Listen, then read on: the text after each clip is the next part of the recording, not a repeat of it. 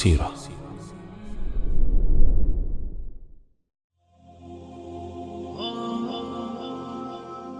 بسم الله. اللهم لك الحمد كما ينبغي لجلال وجهك وعظيم سلطانك، والصلاة والسلام على رسول الله وعلى آله وصحبه ومواله. السلام عليكم ورحمة الله وبركاته. እንዲህ ነበር የሰለምኩት ይላል ባለ ታሪኩ። በመጀመሪያ ተጸንሼ የተወለድኩት ሃይማኖተኛ በሆነ ጴንጤ ቤተሰብ ውስጥ ነው። ያው ያደግኩትም እዛው ነው። ውድ እናቴ አንባቢ ናት። ሊያውም ወንበር ላይ ቁጭ ብላ አንገቷን ዝቅ ካደረገች ወይ እያነበበች ነው፣ ካልሆነ ምስር እየለቀመች ነው የተባለላት አንባቢት። ግን የምታዘወትረው ሃይማኖቷን ተኮር የሆኑ መጽሐፍት ላይ ነው። እኔም በእናቴ ተጽዕኖ ይመስለኛል ባይብልንና መንፈሳዊ መጣጥፎችን ገና ከጠዋቱ በልጅነቴ ነበር ማጥናት የጀመርኩት። በዛ ላይ እናቴ ሰባኪ አባቴም ሰባኪና የቤተ ክርስቲያን መሪ እንደመሆናቸው ከልጅነቴ ጀምሮ በባይብል አስተምህሮት ተኮትኩቼ ነበር ያደግኩት። እምማርበት መዋለ ሕፃናት የጴንጤዎች በመሆኑ በየቀኑ አንድ ክፍለ ጊዜ የባይብል ትምህርት ይሰጠን ነበር። እንዲሁም ቅዳሜ ቅዳሜ ቸርች ሕፃናትን ሰብስበው ባይብል ያስተምሩናል። ግን ብዙውን ጊዜ ሁሉም ጋር ሄጄ እምማረው ቀድሜ እቤት አጥንቼ የጨረስኩትን ነገር ነበር። እናም ገና ፈላያለሁ ባይብሊካል ጥያቄ መጠየቅ ጀመርኩ። በተለይም ስለ ኢየሱስ አምላካዊ ባህሪያት፣ ስለ እግዚአብሔር የተተረኩ ፍጡራዊና አሳፋሪ ምግባሮች ወዘተርፈ እናቴን ጠይቄያለሁ። የትምህርት ቤት መምህርታችንን ጠይቄያለሁ። የቸርች ሰባኪዎችን ጠይቄያለሁ። ከማንም በላይ የኔን ጥያቄ ለመመለስ እጅግ በጣም ትለፋ የነበረችው እናቴ ናት። ስለ ባይብል ያላት ዕውቀት ሙሉ ባይሆንም ከነበርኩበት ቸርች ሰባኪዎች አንጻር ሻል ያለ ነው እና ብዙውን ጊዜ እሷን ነው እምጠይቃት። እሷም ሕፃን ነው ብላ ሳትንቅ አብራኝ ቁጭ ብላ ምሳሌዎችን እያጣቀሰች ልትመልስልኝ ጥረት ታደርግ ነበር። እንደዛም ለፍታ ካልተመለሰልኝ በየዋህነት አባ በቃ ይህን ጥያቄ መንግሥተ ሰማይ ስንገባ ኢየሱስን ወይም ጳውሎስን እንጠይቀዋለን ወይም ስታድግ ይገባሃል ትለኛለች። አንዳንድ የባይብል ክፍሎችን በተመለከተም ለሕፃናት አይሆኑም እነኚህን ክፍሎች አታንብብ ብላ ሌሎች ለኔ ይሆናል እምትለውን መርጣ እንዳነብ ትጠቁመኝ ነበር። እንደዛ ማለቷ ግን የከለከለችኝን ክፍሎች ይበልጥ እንዳነብ ነበር የገፋፋኝ። ጥያቄዎቼን ብዙውን ጊዜ የሚመልሳቸው አላገኝም። እንደውም መዋለ ሕፃናት እያለው ባይብል ያስተማረችኝ እናት ወይም እቺ የእናቴ ጓደኛ ናት። ለእናቴ ልጁ እኮ የሚጠይቃቸው ጥያቄዎች ግር ያሰኛሉ። እኔ እንደውም ልጆች ግራ እንዳይጋቡ ተማሪ ፊት እንዳትጠይቀኝና ለብቻዬ እንዲያናገረኝ አደርገዋለሁ ምናምን ስትላት ሰምቼ ነበር። የቸርች ሰባኪዎችም እንደዛው። በእርግጥ እኔ ልፈትናቸው ብዬ ሳይሆን በእውቀት ሁሉም ከኔ ይሻላሉ ብዬ አስብ ስለነበር ለጥያቄዎቼ መልስ ከነርሱ ዘንድ አገኛለሁ የሚል ተስፋ ኑሮኝ ነው እምጠይቃቸው። ግን መልስ ወፍ የለም። ዓመታት አለፉ። ጥያቄዎቼ እየጨመሩ እኔም እያደግኩ በዛውም ልክ ባይብልን ይበልጥ እያጠናው ይበልጥም እየተረዳው መጣሁ። ጤነኛና ማስተዋል የሚችልን አእምሮ ጌታ ሰጥቶኛልና ፓስተሮቼን ከምጠብቅ ለምን ራሴው ምርምር አላደርግም ብዬ ባይብልን ከበፊቱ የተሻለ ሰፊ ጊዜ ሰጥቼ ማጥናት ጀመርኩ። እስከ 2003 ክረምት ድረስ ሙሉ በሙሉ 66ቱን የባይብል መጽሐፍት አጥንቼ ጨረስኩ። በቀጣይም አዲስ ኪዳንን ደግሜ አጥንቼ ጨረስኩ። በመከፋፈል ደግሞ ሙሉ የኦሪት መጽሐፍትን፣ የትንቢት መጽሐፍትን፣ ወንጌላትን፣ የጳውሎስ መልእክቶችን፣ የዮሐንስ ራእይን ወዘተ በቁጥር ለማላስታውሰው ጊዜ ደጋግሜ አጠናው። የቀለም ትምህርቴን ከማጠናበት ጊዜ በላይ ባይብል ላይ ነበር ጊዜ እወስድ የነበረውና 66ቱን የባይብል መጽሐፍት ከዳር እስከ ዳር በቃሌ ባልሸመድደውም ግን ሙሉ ይዘቱን ማወቅ ስለቻልኩ ባይብል ውስጥ ምን አለና ምን የለም የሚለው ለኔ ግልጽ ሆነ። ማለትም ለምሳሌ አንድ ሰው ምንም አይነት መንፈሳዊ ሐሳብ ቢያነሳ ያ ሐሳብ ባይብሊካል ነው ወይንስ አይደለም የሚለውን ባይብልን ሳላገላብጥ በቀላሉ መለየት ችዬ ነበር። ታዲያ በዚህ ሂደት ባይብልን ከበፊቱ ይበልጥ ስላወቅኩት እነዛ አዋቂ ናቸው ጥያቄን ይመልሱልኛል ብዬ ተስፋ የጣልኩባቸው ሰባኪዎች ሁላ ምን ያክል ከእውቀት የጸዱ ወይም ጧሃራ መሆናቸውን ተረዳሁ። ሰባኪዎች መድረክ ይዘው ሲዘላብዱ አሜን ሃሌሉያ እያለ የሚከተላቸው ሕዝብ ደግሞ ከነሱ የባሰ ጨለማ ውስጥ መሆኑ ታየኝ። ባይብልንም ይበልጥ ማጥናቴ ጥያቄዎቼን ከመመለስ ይልቅ የጥያቄዎቼ ቁጥር እንዲጨምር ነው ያደረገው። ቅዱስ መጽሐፍ ብዙ ጉዶችን ተሸክሞ እሱ ራሱ እንደኔ ጥያቄዎቼን ማን ይመልስልኝ፣ ጉዶቼን ማን ያውጣልኝ የሚል ነው የሚመስለው። እና ምን ላድርግ?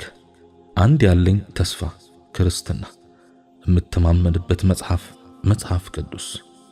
ሁለቱም ግን ከማስባቸው በተቃራኒ ሆኑብኝ። ከእንግዲህ ዓለም ላይ የትኛውም የባይብል ሰባኪ ጋር ብሄድ ጥያቄን እንደማይመልስ አውቄያለሁ። ምክንያቱም ኦልሬዲ ባይብል ችግር እንዳለበት ደርሼበታለሁ። ታዲያ ዋናው መመሪያ ችግር ካለበት ከሰባኪ ጋር መዞር ምን ሊጠቅመኝ? ባይብል ስህተት ካለበትማ በቃ አምላክ የለም ብዬ ልመን አልኩት ራሴን። መቼስ ከባይብል የተሻለ መጽሐፍ ይኖራል ብዬ አስቤ ስለማላውቅ ከዚህ ኋላ ሃይማኖት ላይ ተስፋ ይኖረኛል ብዬ አልጠበቅኩም። በነገራችን ላይ የትኛውም ጴንጤ ባይብሉን በጥልቀት የተረዳ ቀን ያለ ጥርጥር በባይብል ማመኑን ማቆም ይጀምራል። በየአካባቢያችን ያሉ ከጴንጤነት ወጥተው ፓጋን የሆኑ ብዙ አንባቢ ወጣቶች ለዚህ ማሳያ ናቸው። ቀርባችኋቸው ስለ ባይብል አንድ ሁለት ሲሉ ብትሰሙ አዋቂ ናቸው ተብለው መድረክ ከያዙት ፓስተሮች ይልቅ በእጅጉ የላቀ የባይብል መረዳት እንዳላቸው ትታዘባላችሁ። እንደው ባይብልን በሚገባ ተረድቻለሁኝ ብሎ በክርስትና ውስጥ የሚቀጥል ካለ ወይ ባይብልን አልተረዳውም አሊያም ተረድቶት ግን በልቡ ሳያምን በአፉ እየመሰከረ ቢዝነስ እየሰራበት ነው ማለት ነው። ምክንያቱም ፈጽሞ ባይብልን በጥልቀት መረዳትና ክርስቲያን መሆን አብረው ሊሄዱ የማይችሉ ነገሮች ናቸው። ፈጽሞ እሳትና ጭድ እስኪስማሙ ድረስ ባይብልን በጥልቀት ማወቅና ክርስቲያን መሆን አይስማሙም። እንደውም ባይገርማችሁ ጴንጤ ሆናችሁ አንባቢ ወይም ተመራማሪ ከሆናችሁ የዚህ ልጅ ክርስትና አስጊ ደረጃ ላይ ነው፣ በዚህ አይነት ከቀጠለ ጌታን ሊተው ይችላል ብለው የሚያዝኑላችሁ ብዙ ናቸው። ምክንያቱም ንባብ ወይም ምርምር እምነታቸውን ታንኮታኩታለቻ። ይህ ማለት ብዙ አዳራሾችን ሞልቶ ሲጨፍር የምታዩት ጴንጤ ባይብልን ካለማወቅ ወለል በታች ነው ማለት ነው። እና እላችኋለሁ ራሴን አምላክ የለም ለማስባል ጥረቴን ቀጠልኩ። ግን አምላክ የለም ብሎ ማመን በዓይኔ እማያትን ፀሐይ የለችም ብሎ ከማመን በላይ ከበደኝ። ከምገልጽላችሁ በላይ ጣርኩኝ። ግን እንዴት አድርጌ ልቤን አምላክ የለሽም ብዬ ላሳምናት? ኋላ ግን ባይብል ላይ ስለ አምላክ የተገለጹ አሳፋሪ ባህሪያትን እያሰላሰልኩ እንዲህ ያለ አምላክማ አይኖርም እያልኩ ልቤን ላሳምናት ማባበል ጀመርኩ። አሁን ቀለለኝ። አሪፍ መላ ነበር የዘየድኩት። ሙሉ በሙሉ አምላክ የለም ማለት ቢከብደኝም ባይብሉ ላይ ያለውን እግዚአብሔር ለመካድ ግን አላመነታውም። በመጨረሻም 2004 ሐምሌ 22 ምሽት መኝታዬ ላይ ሳለሁ ከልቤ ጋር ያደረኩትን ግብግብ አሸንፌ እግዚአብሔር የለም ብዬ ከሃይማኖቴ ጥርግ ብዬ ለመውጣት በቃሁ። በአንጻራዊ መልኩ ከበፊቱ የተሻለ ሰላም አገኘሁ። ቸርች መሄድን አቆምኩ። ያው ግን ቤተሰቤን ላለማስከፋት ስል እኛ ሰፈር ወዳለች እኔ ከነበርኩበት ቸርች ተጣልተው የወጡ ሰዎች ወደ ከፈቷት ትንሽዬ ቸርች አልፎ አልፎ ሄድ ነበር። ወላጆቼ ሁኔታዬ ስላላማራቸው ሃይማኖቱን መተዌን እንዳይጠራጠሩ ብዬ እንጂ ለኔ ጀስት እንደ መደበሪያ ነበር። ሁለተኛው ምዕራፍ ሃይማኖት አልባው ሕይወቴ። ከልጆቿ ምድራዊ ኑሮ በላይ ዘላቂው የዘላለም ሕይወት የሚያስጨንቃት እናቴ ልብ ይሰብራል ብዬ ስለሰጋው ደብቄው ነበርና ይህን ሕይወቴን ከቅርብ ጓደኞቼ ውጭ ቤተሰቦቼም ሆኑ ማንም አያውቀውም ነበር። እንደውም ብዙዎች አሪፍ ጴንጤ አርገው ነበር የሚስሉኝ። እኔ ግን ስርስሩን በፊት ጴንጤ ያለው ጴንጤ ያልሆኑትን እሰብካቸው እንደነበረው ሁሉ በአዲሱ ሕይወቴ ደግሞ ተገልብጬ የቅርብ ጓደኞቼን ሃይማኖት የሰው ፈጠራ ውጤት ነው፣ ከሃይማኖት እስራት ነፃ ውጡ፣ እግዚአብሔር የሚባል ነገር የለም እያልኩ መስበክ ጀመርኩ። እዚህ ጋ ግን አንድ አዲስ የቢዝነስ ሐሳብ ውል ብሎብኝ እንደነበር አልደበቃችሁም። አሪፍ ጴንጤ መስለህ ነብይ ነኝ በማለት ለምን አትሸቃቅልም ብላኝ ነበር ነፍስዬ። ይህን ባደርግ ጴንጤዎች ይህ ጉዳይ ስስብልታቸው ነውና እልፎችን ስቤ በአጭር ጊዜ ውስጥ ዲታ ልሆን እንደምችል አውቃለሁ። ያው ጴንጤዎችን ነብይ ነኝ ብሎ ማሞኘት ከዓለማችን ቀላል ነገሮች አንዱ አይደል? ደግሞ በዛ ላይ እንደ ዶቢ የፈሉት ነብይ ነኝ ባዮች እንኳን ባይብሊካል ዕውቀት ላይ ኔፓ ሆነው ነው ብዙዎችን መሳብ የቻሉት። እኔ ደግሞ የአቅሜን ያክል ባይብልን አካልዬ አጥንቻለሁ። አዳዲስ ትምህርቶችን እየፈጣጠርኩና ተአምር በሚሉት ድራማ ባወጫብር እነዛ ምስኪን ጴንጤዎችን በአጭር ጊዜ ውስጥ መሳብ ቀላል ነው። ግን ይሄን ውል ያለብኝን ከይሲ ሐሳብ ኢግኖር ገጨሁት። ምክንያቱም ራእይ ትልቅ ነበር። አጭበርብሮ ቢዝነስ መስራት ሳይሆን እውነቱን ተናግሮ ሰውን በእግዚአብሔር መኖር ከማመንና ከሃይማኖት ማላቀቅ። በነገራችን ላይ ባለፈው ምሽት ልቤን ያሸነፍኩ ቢመስለኝም ከዛ በኋላም ቢሆን በአፌ አምላክ የለም እላለሁ እንጂ ልቤ ግን በጥያቄ እየተናጠች ነበር። ባይብል ላይ የተገለጸውን አምላክ የመጣው ቢመጣ ተመልሼ ላለማመን ቆርጫለሁ። ግን ደግሞ ልቤ እና ይሄንን ታላቁ ዩኒቨርስ ማን ፈጠረ? እንዴትስ ያላንዳች አስገኝ ይሄ ውስብስብ ዓለም ሊገኝ ይችላል ትለኛለች። ይህን ጥያቄ ለመሸሽ ያላደረኩት ጥረት የለም። በዚህ አምላክ የለም በሚለው እምነቴ ላይ የቂን ወይም እርግጠኝነት እንዲኖረኝ የኦሾንና መሰል የፍልስፍና መጽሐፍት ማንበብ ጀመርኩ። ሃይማኖት ለሌለው ሰው የፍልስፍና መጽሐፍት ደስ የሚል ስሜት ይሰጣሉ። ብዙውን ጊዜ ጴንጤ የሆነ ሰው እነኚህን መጽሐፍት ካነበባቸው በቀላሉ እምነቱ ላይ ጥርጣሬ አድረውበት ፓጋን የሚሆንበት አጋጣሚ ብዙ ነው።